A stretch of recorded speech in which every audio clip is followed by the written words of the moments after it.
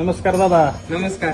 किती महिन्याची कालवड आहे? हे 15 महिन्याची कालवड आहे. किती महिन्यानंतर भरवली हिला? आपण हिला वयाची 11 नंतर भरवली.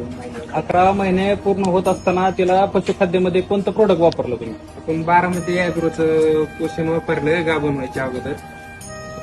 अॅग्रो पोषणचा रिझल्ट कसा वाटला तुम्हाला? चांगला रिझल्ट आहे, 1 नंबर. वयाच्या 11व्या महिन्यात तुम्ही ही कालवड भरवली. हो.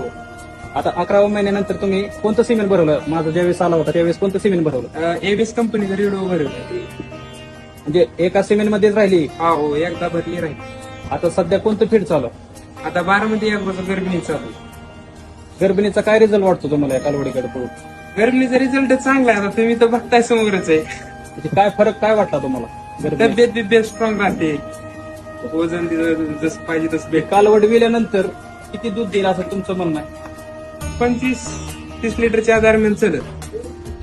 ठीक आहे. बाकी अजून काय गर्भिणीबद्दल तुम्हाला अजून वेगळं काय सांगता येईल का?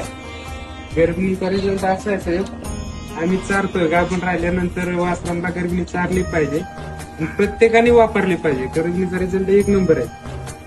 गाय गेल्यानंतर जारी पडायला अडचण येत नाही गर्भिणी वापरल्यानंतर. गर्भिणी वापरून तुमचा खर्च वाचला का जास्त झाला? गर्भिणी वापरून आपला खर्च वाचला ना. बाकीची पेंडी खपरी पेंडी वापरत नाही आपण. ठीक आहे. बाकी